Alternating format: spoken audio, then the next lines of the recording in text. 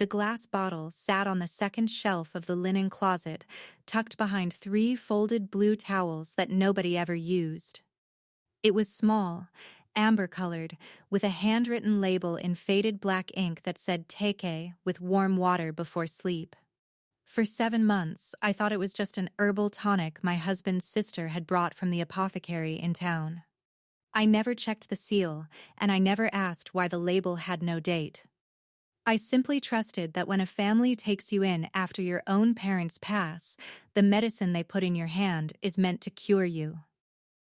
But trust is a quiet, dangerous thing when it is given to people who are already looking past you toward the horizon.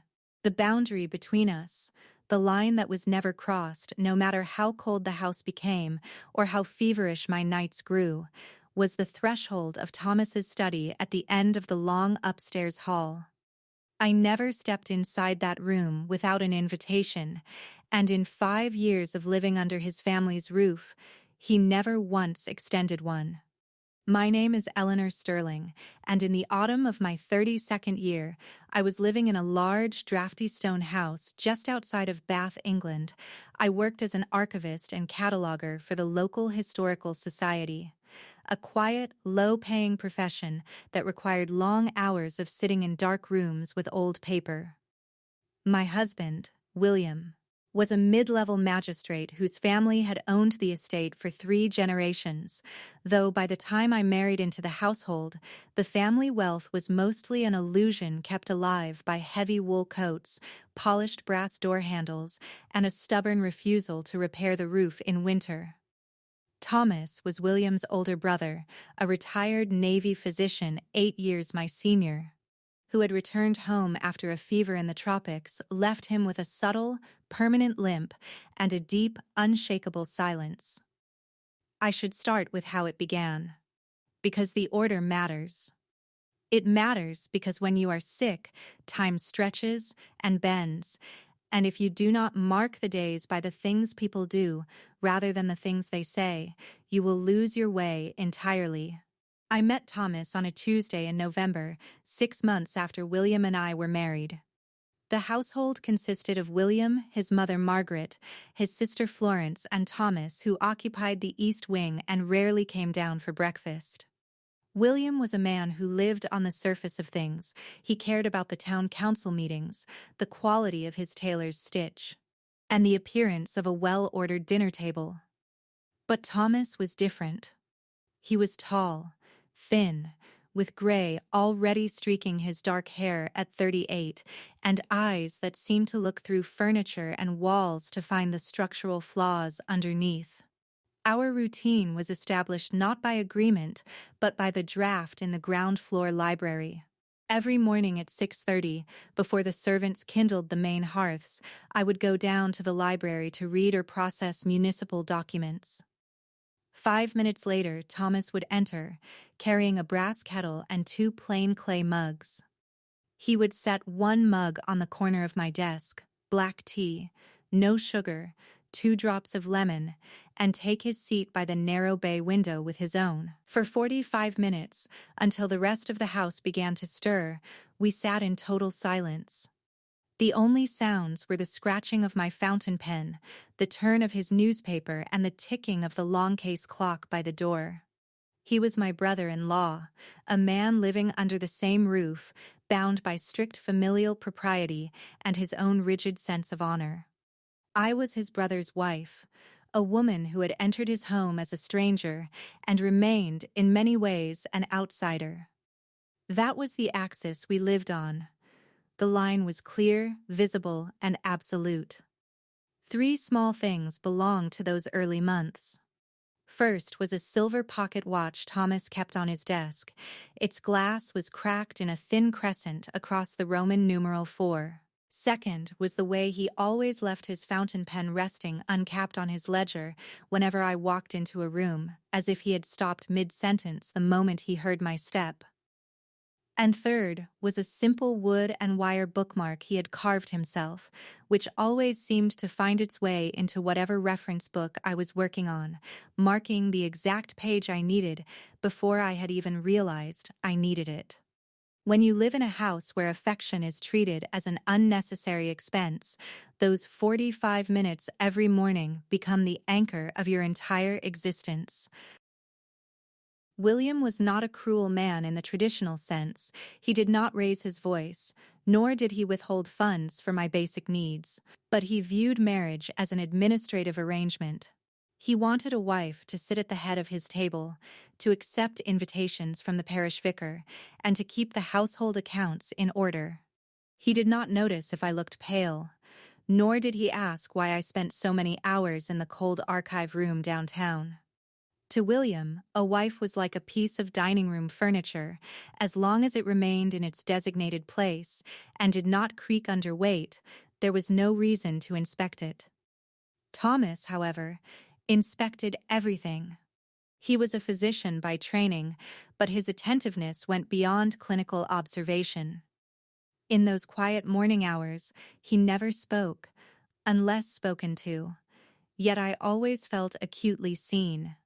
If the morning air was particularly bitter, the mug he handed me would be wrapped in a thick wool sleeve. If my cough began to rattle softly in my throat, the tea would carry a faint trace of honey and crushed eucalyptus leaves instead of lemon. He never explained these alterations, and I never thanked him aloud.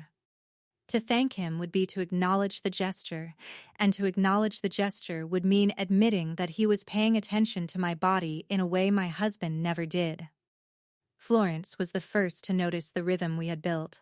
She was 2 years younger than William, sharp-eyed and perpetually dissatisfied with her standing in the county. She spent her days organizing local charity galas and monitoring the social missteps of our neighbors.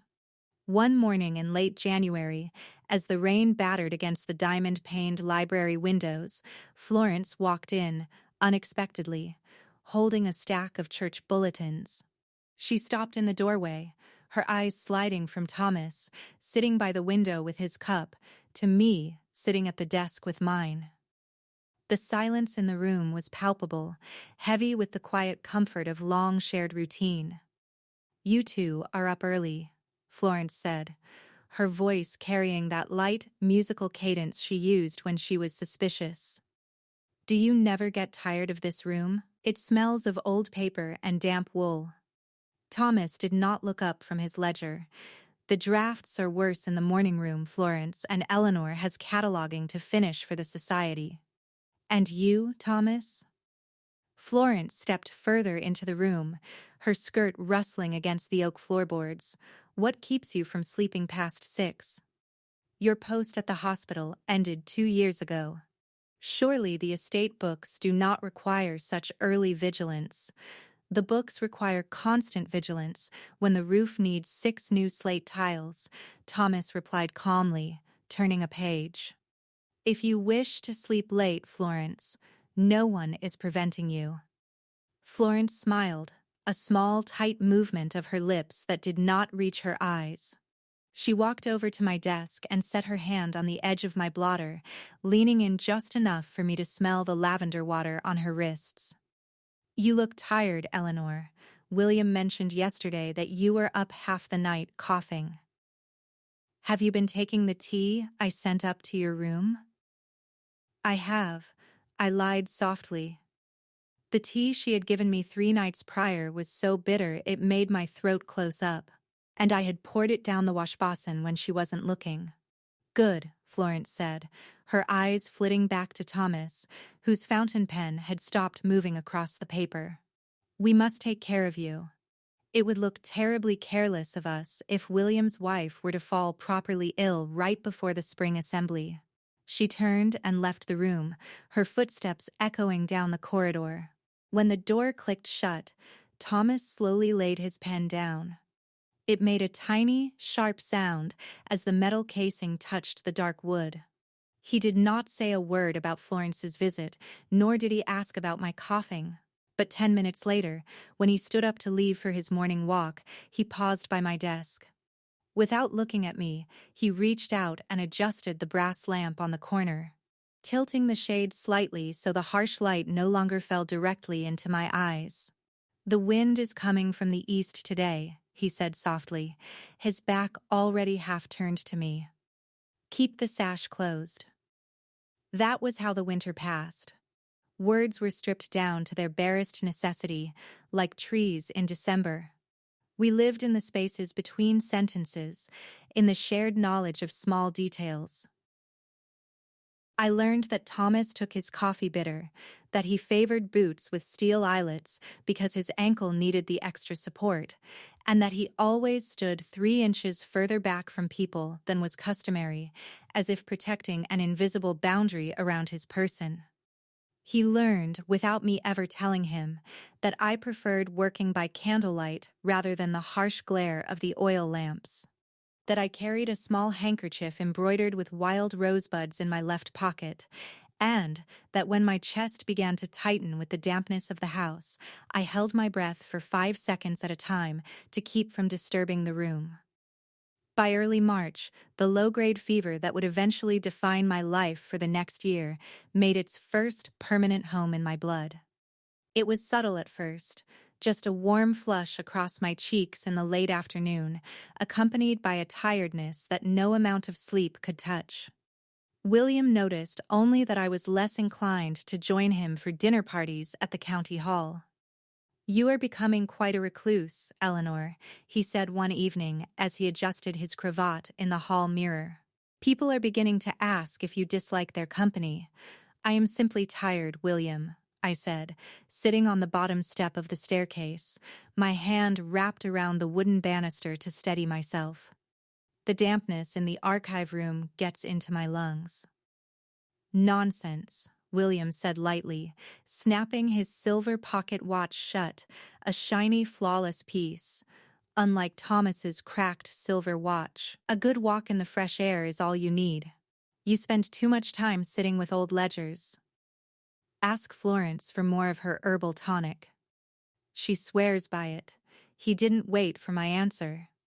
He pulled on his calfskin gloves, opened the front door, and stepped out into the crisp evening air, leaving me alone in the dim hallway.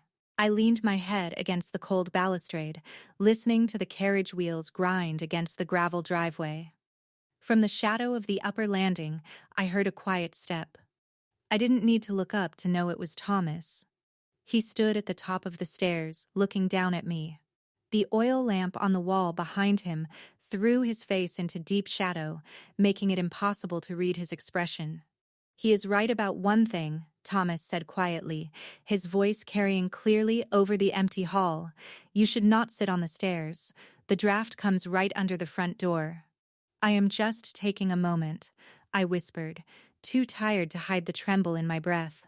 Thomas came down 3 steps, then stopped. He always stopped 3 paces short. He looked down at my hands resting on the balustrade. "Go upstairs, Eleanor. Take off those damp shoes. I will have the maid bring up hot water." "I don't need a maid, Thomas. You need to live past April," he said flatly. It was the harshest thing he had ever said to me, yet it landed in my chest not as an insult but as a lifeline. In a house full of people who pretended nothing was wrong so they wouldn't have to deal with the inconvenience of my body breaking down, Thomas was the only one who acknowledged that I was fading. He stood on the stairs for a few seconds longer, his hands resting deep in his coat pockets, before he turned and retreated back into the darkness of the east wing, leaving me with the quiet warmth of knowing that somewhere in that cold, drafty house, a doctor was keeping count of my breaths. By the time April arrived, bringing with it a bitter, unseasonal rain that turned the garden into a sea of black mud, the fever had ceased to be an afternoon guest and had taken up permanent residence in my chest. Every morning at 6:30, the routine in the library continued, though its rhythm had grown heavier. I could no longer manage the walk downstairs without stopping twice on the landing to catch my breath, my hand pressed flat against the floral wallpaper to keep the room from spinning. Thomas never met me on the stairs. He possessed an uncanny sense of timing, or perhaps he simply stood behind his bedroom door, listening for the sound of my dragging steps. Because he would always enter the library exactly 2 minutes after I had sat down at my desk. The clay mug he set on my blotter now carried a distinct, pungent aroma. It was no longer simple tea with lemon. It tasted of crushed willow bark, boiled pine needles, and a cold metallic undertone that lingered on the back of my tongue for hours. "Drink it while it is hot," he said one Thursday morning. It was the first sentence he had spoken to crook a knee toward conversation in 3 weeks. I picked up the mug, feeling the steam rise against my damp forehead. "What is in this, Thomas?" "Florence saw me drinking it yesterday and said it smelled like apothecary waste." Thomas was standing by his usual window, looking out at the rain-lashed oak trees near the driveway. His reflection in the dark glass was stationary, precise. Florence's understanding of medicine is limited to scented bath salts and lavender sachets. "Drink it, Eleanor. It tastes like iron," I whispered, taking a cautious sip. The warmth bloomed in my chest, loosening the sharp knife-like pain behind my sternum, just enough for me to take a full, deep breath. "Iron is what keeps blood from turning to water," he replied softly, his voice barely rising above the rhythmic tapping of rain against the window panes, "and your blood is thin enough as it is." He turned around slowly. His dark eyes swept over me, taking in the pale hollows under my cheekbones, the faint blue shadows beneath my eyes, the slight tremor in the hand holding the mug. He didn't look at me as a man looks at a woman. He looked at me as a captain looks at a ship taking on water in heavy seas, measuring the depth of the leak, calculating how much time was left before the timber gave way entirely. "William is going to London next week," I said, breaking the silence, because the weight of his gaze was becoming impossible to carry. "He wants me to go with him. He says the theater season will do me good."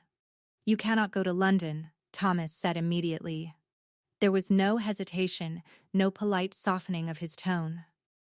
"It is my husband's wish," I said, feeling a sudden, strange urge to defend William, if only to test the boundaries of Thomas's cold detachment. "He thinks I am idling in this house. He thinks the country air is making me morbid." Thomas stepped away from the window. He walked toward my desk, stopping at his customary 3-pace boundary. The faint smell of cedarwood, damp wool, and tobacco clung to his coat.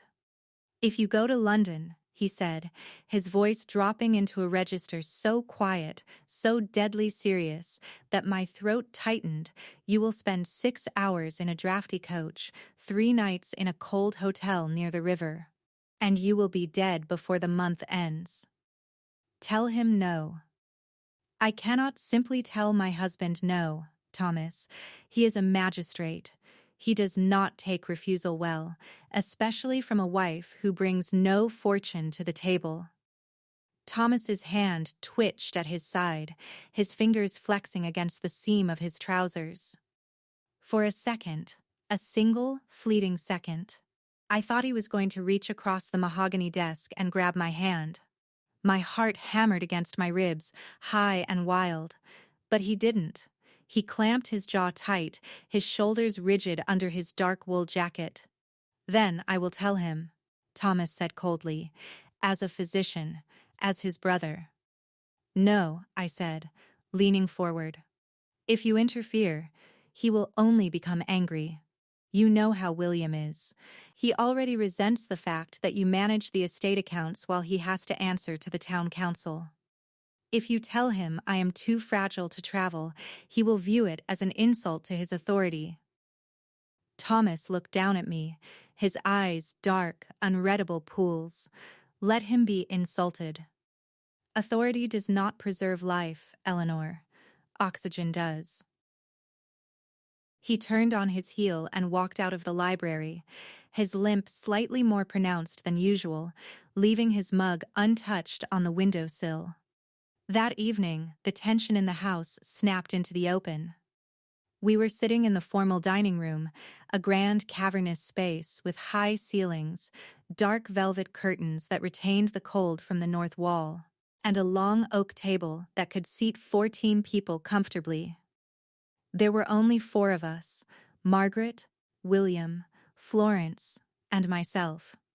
Thomas rarely dined with us on Thursdays, preferring to take a tray in his room or in the small office attached to the stable block. William was in high spirits. He was wearing his best blue tailcoat, his brass buttons gleaming in the candlelight as he carved the roast mutton. "The mayor has assured me a seat in the gallery for the opening of the new session," William announced, setting a slice of meat onto my plate. "It is a magnificent opportunity. Everyone of consequence will be there. Eleanor, you must have the seamstress in town alter your velvet dress. The green one with the lace collar." I looked at the meat on my plate, feeling a wave of nausea rise in my throat. The smell of the fat was overpowering. "William, I don't know if I am up for the journey. The weather has been so wet, and my chest—" "Oh, nonsense," Margaret interrupted from the head of the table. She was a small, sharp-featured woman who wore black silk even in summer and viewed all physical ailments as a lack of moral fortitude. "A change of air is precisely what you need, Eleanor. You have been sitting in that dark library until your skin looks like tallow. When I was your age, I traveled to Scotland with a chest cold and was none the worse for it." "It is not just a cold, Mother," I said softly, looking down at my napkin. "It is weakness of character," Florence chimed in, delicately wiping her lips with embroidered cloth. "William is being exceptionally generous. Most husbands would not take an ailing wife to London." "You ought to show a bit more enthusiasm, Eleanor." Before I could answer, the heavy oak door of the dining room swung open. Thomas walked in. He was not dressed for dinner. He wore his heavy tweed coat, his boots damp from the rain, his dark hair slightly wild from the wind outside. He looked entirely out of place among the silver candlesticks and polished glass, like a hawk that had flown into a drawing room. William set his carving knife down, frowning. "Thomas, we have already begun. If you want mutton, you'll have to ask the cook to heat another plate." Thomas didn't look at the mutton. He walked straight to the side of my chair, stopping just far enough away that his coat didn't touch my shoulder. "Eleanor is not going to London," Thomas said. His voice was flat, level, and entirely devoid of emotion, yet it cut through the cozy warmth of the dining room like a butcher's blade. The table went completely silent. Margaret dropped her fork. It clattered loudly against her china plate. William slowly stood up, adjusting his cuffs. His face flushed a dark, angry red. "I beg your pardon, Thomas? What did you just say?" "I said she is not going," Thomas repeated, looking his brother straight in the eye. "Her lungs are severely inflamed. The air in London in April is thick with coal smoke and fog. If you force her to travel 6 hours in an unheated carriage, her fever will turn to inflammation of the brain or double pneumonia within 48 hours. "Force her?" William sneered, his voice rising an octave. "I am not forcing my wife to do anything. I am taking her on a holiday. Since when do you dictate the domestic arrangements of my marriage, brother?" "Since I spent 8 years in the Navy studying thoracic disease while you were studying municipal law," Thomas replied, his tone remaining terrifyingly calm. "I am the only qualified medical practitioner in this room. If you take her to London, William, you will be bringing back a coffin." Margaret gasped, clutching her lace collar. "Thomas, what an appalling thing to say at the dinner table." "It is the truth, Mother," Thomas said, his gaze never wavering from William's furious face. "You can pretend she is simply tired if it suits your social calendar, but her body is failing. She stays here. In quiet. In heat." William slammed his hand flat against the table, making the wine glasses ring. "This is outrageous. She is my wife, Thomas. You have no standing here. You live in the East Wing by my sufferance, managing the estate because you are unfit for public office. Do not presume to tell me how to care for my wife." I sat frozen between them, my heart beating so hard I felt it in my teeth. I looked up at Thomas. His jaw was locked, so tight I could see a blue vein pulsing at his temple. His hands were clenched into fists at his sides. I knew what it cost him to stand there. A retired officer, a man who prized restraint and privacy above all else, publicly humiliating his brother and exposing himself to his family's bitter gossip. "If you take her," Thomas said, his voice dropping an octave, becoming dangerously quiet, "I will personally notify the parish coroner before your carriage reaches the turnpike that you were explicitly warned of the medical risk. If she dies on the road, William, I will make sure the town knows you dragged her to her death for the sake of a seat in the parliamentary gallery." William went pale. His mouth opened, but no sound came out. The threat was absurd, perhaps legally unenforceable, but in a town like Bath, where reputation was everything, where William's entire career as a magistrate depended on the appearance of impeccable respectability, it was a mortal blow. "You are insane," William whispered, his voice trembling with rage. "You are completely out of your mind." "Perhaps," Thomas said softly. "But she stays." He didn't wait for a response. He turned and limped out of the room, shutting the heavy door behind him without a sound. The silence left in his wake was suffocating. Margaret was breathing heavily, her face white with shock. Florence was staring at the door, her eyes narrowed and sharp, calculating suspicion. And William slowly sank back into his chair, his hands shaking as he picked up his napkin. "He has lost his mind," William muttered, though the conviction had vanished from his voice. He looked at me, his eyes cold, distant, and filled with a sudden, ugly resentment. "It seems my brother has made your health his personal crusade, Eleanor. How touching." "William." "Please," I began, my voice breaking. "Enough," William snapped, waving his hand dismissively. "I will go to London alone. I have no desire to travel with a woman whose very breathing requires a physician's threat." "Eat your soup, Eleanor." It would be a pity if Thomas's dramatic performance were wasted. I couldn't eat. I excused myself 5 minutes later, creeping up the wide oak staircase like a ghost in my own house. When I reached the upper hall, I stopped outside the corridor that led to the east wing. The door to Thomas's study was closed, as it always was. A thin line of yellow candlelight showed beneath the wood. I stood there in the dark for a long time, my fingers pressed to my lips, listening to the quiet, faint ticking of the long case clock downstairs. I wanted to walk down that hall. I wanted to knock on his door, to step across that forbidden threshold, to fall to my knees beside his chair and ask him why he was fighting so hard for a life I was no longer sure I wanted to keep. But I didn't move. The boundary held. I turned and walked back to my cold, solitary bedroom, where the fire had already burned down to gray ash. May brought no relief from the weather, nor from the Cold War that had taken root in the house. William had gone to London for 3 weeks, leaving behind a silence that felt heavier than his presence. Margaret remained in her morning room, complaining of her nerves, while Florence spent her afternoons visiting acquaintances. Her eyes sharp and watchful whenever Thomas and I happened to cross paths in the hallway. Our morning routine in the library had changed. It was no longer 45 minutes of quiet companionship, it had become an unspoken medical surveillance. Thomas no longer sat by the window with his newspaper. He sat at the corner of my desk, his ledger open, though he rarely wrote in it.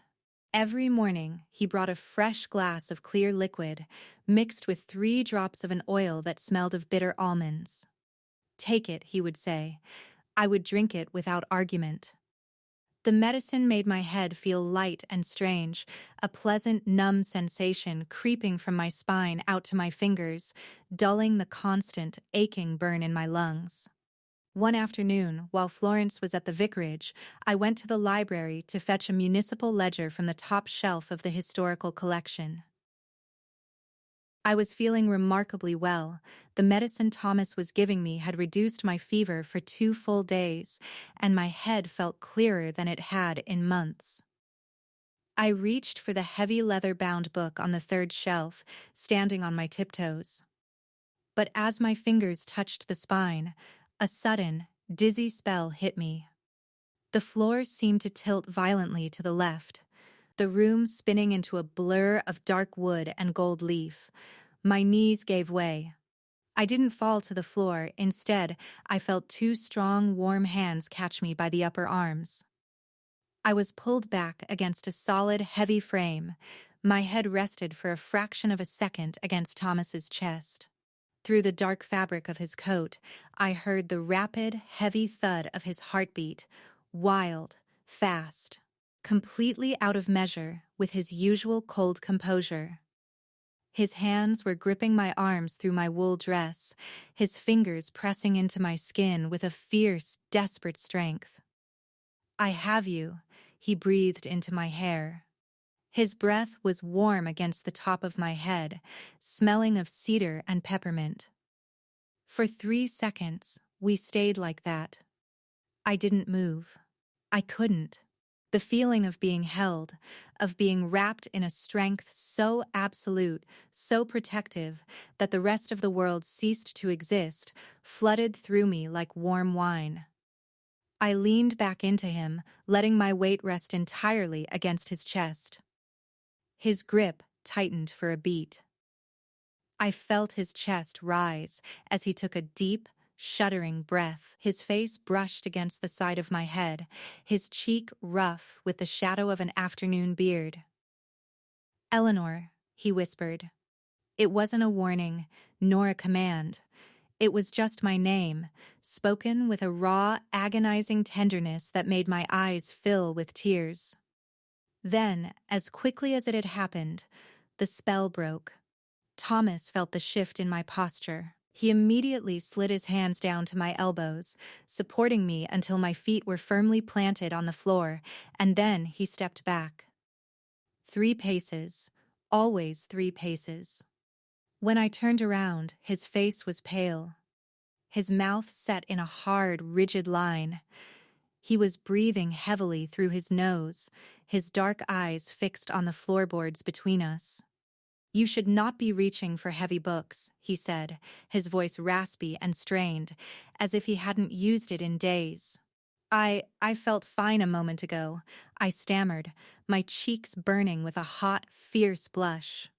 "The medicine reduces the sensation of fatigue, but it does not repair the tissue," he said, turning his face toward the window, refusing to meet my eyes. "You are overestimating your strength. Sit down." "Thomas," I said, taking a small step forward. The boundary felt thin, paper-like, ready to tear under the slightest pressure. "Thank you." "Do not thank me," he snapped, his voice carrying a harsh, jagged edge that made me flinch.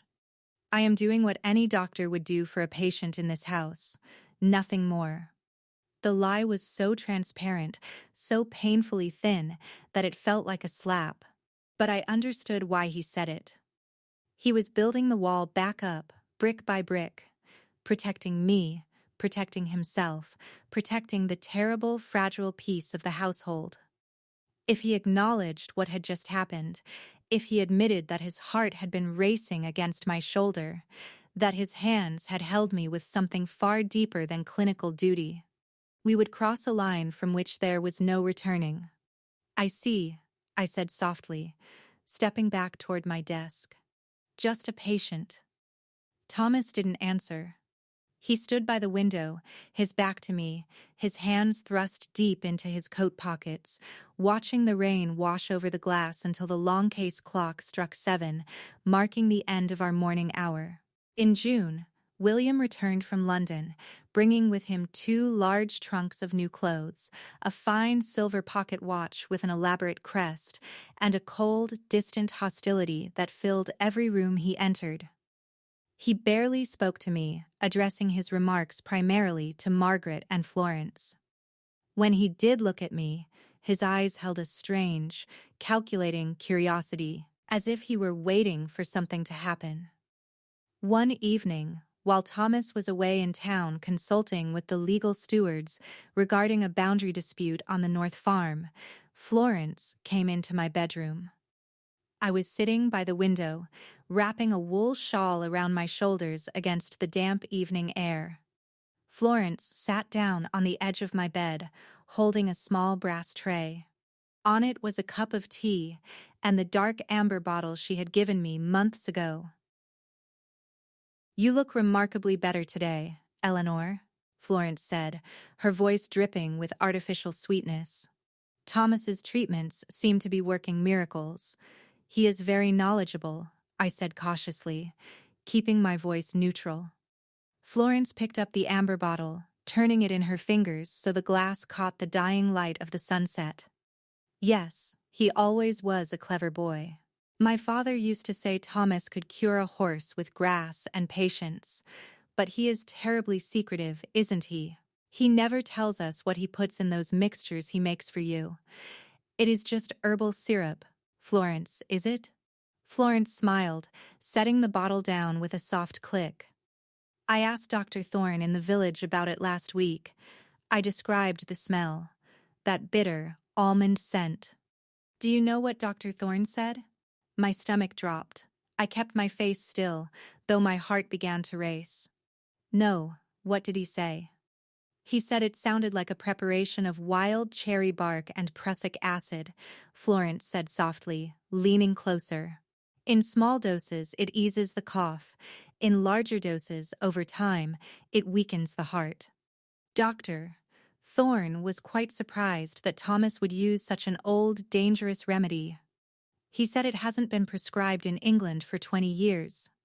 I stared at her, feeling a cold dread creep through my veins. "Thomas knows what he is doing, Florence. He was a Navy surgeon." "Of course he was," Florence said, standing up and smoothing her skirts. "And Navy surgeons are used to making hard choices, aren't they? They decide who lives and who is thrown overboard to save the ship. I just think it is interesting how devoted he has become to your care, Eleanor. William notices it too, you know. He doesn't say much, but he notices how Thomas looks at you when you walk into the room." She walked toward the door, pausing with her hand on the brass knob. "Be careful, my dear. Thomas is a very disciplined man, but disciplined men often have the most dangerous obsessions. Take your tea before it gets cold." She left, shutting the door quietly behind her. I sat in the dim room, looking at the amber bottle on the tray. Florence's words echoed in my mind. Dark and poisonous. A dangerous remedy weakens the heart. Dangerous obsessions. Was it possible? Could Thomas be giving me something that was keeping me weak, keeping me dependent on his daily care, bound to this house and to his quiet morning surveillance? I picked up the bottle, I uncorked it and took a slow, cautious sniff. The smell of bitter almonds was heavy, almost suffocating. My hands began to shake. I remembered the entries in the ledger I would not find for another 6 months. The secret serum, the substitution of Beatrice's remedies, the desperate night visits. But sitting there in the summer twilight, ignorant of the truth, the seed of doubt planted by Florence took root in my exhausted, fever-ridden mind. I set the bottle down, untouched, that night, for the first time in 6 months. I did not take the medicine. And by 3 o'clock in the morning, the fever returned with a vengeance, tearing through my chest like fire, leaving me gasping for air in the dark, entirely alone. The morning after I poured Florence's tea down the wash basin, my fever burned through the thin blankets, leaving me shivered and breathless on the edge of the mattress. I managed to drag myself down the oak staircase at 6:30, my hand sliding along the cold banister, every breath sounding like dry leaves scraped across stone.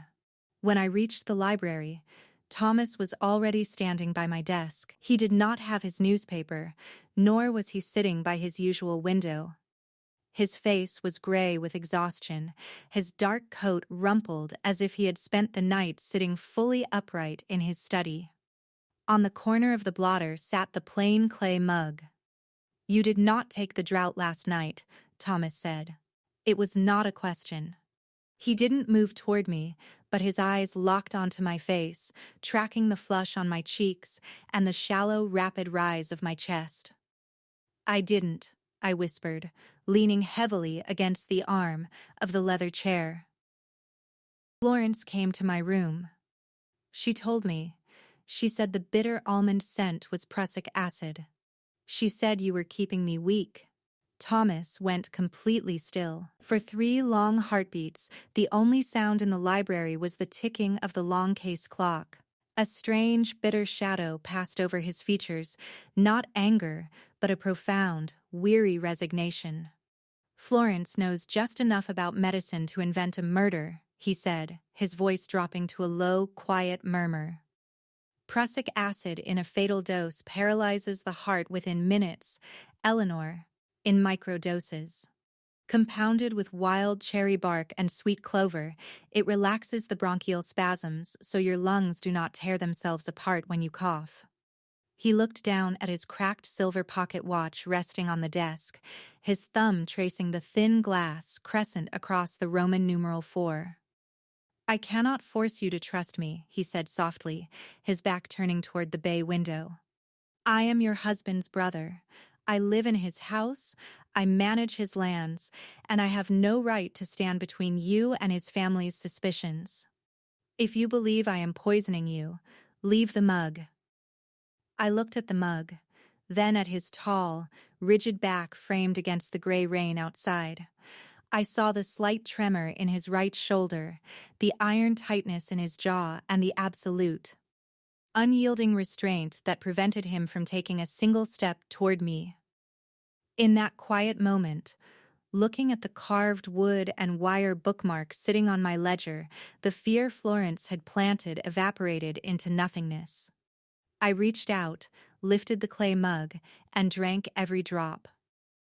Thomas did not turn around, but I saw his shoulders drop an inch as he released a long, silent breath against the glass. By late October, the dynamic in the house shattered entirely. William announced over breakfast that he had arranged an extended family journey to Florence for the winter. His mother's joints were aching from the damp, Beatrice was desperate for the Italian social season, and William claimed the continental air was essential for his political aspirations. "We leave on the 10th, William said, buttering his toast with precise, methodical strokes. "We shall winter in Tuscany and return in March." "And Eleanor?" Thomas asked from the far end of the table. He had not touched his breakfast. William did not look up. "The journey through France by carriage is far too arduous for someone in her condition. Her coughing would make the trip unbearable for Mother. She will remain here, where it is quiet." "You are leaving a severely ill woman in an unheated house for 5 months?" Thomas's voice was dangerously quiet. "She has the servants," William snapped, setting his knife down with a sharp clang. "And she has Florence's remedies in the linen closet. Besides, Thomas, you mentioned you were taking a temporary posting at the Veterans Hospital in London for the winter. You will not be here either. She will have complete peace and quiet." I looked at William, then at Margaret and Florence. None of them met my eyes. They had already packed 6 heavy brass-bound trunks. They had bought heavy fur wraps for the journey. They were leaving me in a freezing, drafty house in the dead of English winter, fully aware that the local village doctor had already told the maid I would not survive until spring. They were not merely going on holiday, they were flying to Italy to let the winter finish what my illness had started, washing their hands of an inconvenient, fortune-less wife. Thomas looked across the table at his brother. The silence between them was an abyss. "I see," Thomas said softly. He stood up, adjusted his dark coat, and walked out of the room without another word. 3 days later, the carriages arrived at the front gravel driveway. William buttoned his leather gloves in the grand hall, giving me a brief, cool kiss on the cheek. "Take your medicine, Eleanor," he said lightly, his mind already on the packet boat at Dover. "Rest, we shall see you in March." Florence offered a tight, pitying smile as she wrapped her velvet cloak around her shoulders. "Do try to stay out of the library drafts, dear." They piled into the carriages, the whip cracked, and the horses pulled them away into the thick autumn mist. Thomas had already left 3 days prior, his trunk loaded onto the early morning mail coach for London. Or so everyone believed. The house became a cold, echoing tomb. By mid-December, my body was giving up. The fever burned through my veins, and every breath felt like inhaling glass. The 2 elderly servants left behind did little more than keep a small fire in the kitchen. I lay in my bedroom, listening to the north wind howl through the eaves, too weak to lift a tea glass to my lips. On December 20th, 4 days before Christmas, I decided I would not die in William's house. Gathering every ounce of remaining will, I swung my legs over the side of the bed. My intention was to pack a single carpet bag and drag myself to the village station to take the morning train to my aunt's modest cottage in Surrey. If my life was ending, it would end on a wooden bench moving forward, not under the roof of people who had abandoned me to the dark. I opened the linen closet in the upper corridor to look for a pair of thick wool socks. Searching behind 3 folded blue towels that nobody ever used, my hand struck something hard and cold. I pulled it out. It was a small leather-bound ledger and 3 large blue glass bottles wrapped securely in oilcloth. I sank onto the freezing floorboards of the hallway, my hands trembling as I opened the ledger. It was written in Thomas's sharp, precise hand. June 14. Eleanor's lung infection is aggravated by the digitalis concoction Florence is administering. I have analyzed Florence's tincture. It contains antimony and belladonna. Florence is ignorant, but her remedy is toxic. I cannot directly accuse my sister without destroying the family publicly and causing William to strip Eleanor of her allowance. I must act silently. August 10. I have arranged for a colleague in London to send specialized respiratory serum every 2 weeks under a false name. I am substituting Florence's bottles with boiled sugar water and herbal tea, hiding the real compound in the linen closet. Eleanor's lungs can heal if the serum is given consistently. November 4. William and the rest depart for Italy tomorrow. They believe I have gone to London. I have not. I have taken a room at the Valley Inn, 2 miles off. I come to the house every night at midnight while the servants sleep, entering through the scullery door to inspect her room from the hall and replenish the serum in the closet. She thinks I am gone. It is better this way. If she knew I was near, she would feel obligated to offer gratitude I do not deserve, or ask questions I cannot answer without breaking my oath to my father to keep this family from ruin. November 12. I saw her today through the garden window. She was standing by the fountain, pale and thin, but breathing without rasping. She looked toward the road as if waiting. I stayed behind the oak tree until she went inside. To touch her would be to ruin her name. To leave her would be to let her die. So I remain in the shadows, watching over the only thing in this world that gives my life meaning. Tears fell hot and silent onto the aged paper. All those long, freezing weeks when I thought I was utterly abandoned, Thomas had been living in a drafty, unheated room at the Valley Inn. Every single night, through blizzards and mud, he had walked 2 miles in the dark, limping on his injured leg, creeping into the house just to stand outside my bedroom door, checking my breathing and ensuring the amber bottles in the closet were full. He had saved my life, not with declarations or romantic rescue, but through 6 months of quiet, tedious, forbidden devotion, risking his standing, asking for nothing in return, not even the comfort of my knowing he was there. I did not go to the train station. I pulled on my heavy wool coat, wrapped a scarf around my neck, and walked out into the freezing afternoon air. The snow was falling in dense, heavy flakes, blurring the trees into white ghosts. I walked down the long driveway, past the iron gates, and took the narrow cart path that led down into the valley. When I pushed open the heavy door of the Valley Inn, the landlord gasped, staring at the magistrate's wife standing in his doorway with snow in her hair and a fierce, burning color in her cheeks. "Room 4, he said before I could speak. "Top of the stairs." I climbed the narrow wooden steps, my breath steady, my heart pounding with absolute clarity. I reached room 4 and knocked twice. The door opened. Thomas stood in the doorway.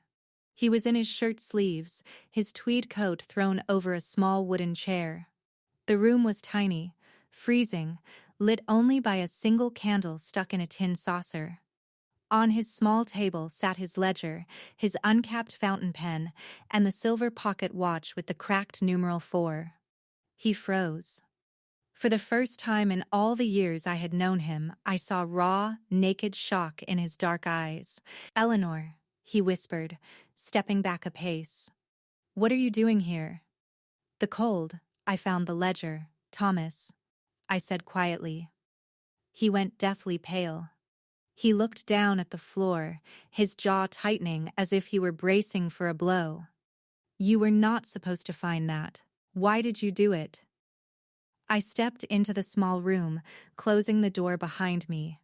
"Why live in this terrible place? Why let me think you had left?" Thomas turned his back to me, staring out the tiny window at the falling snow.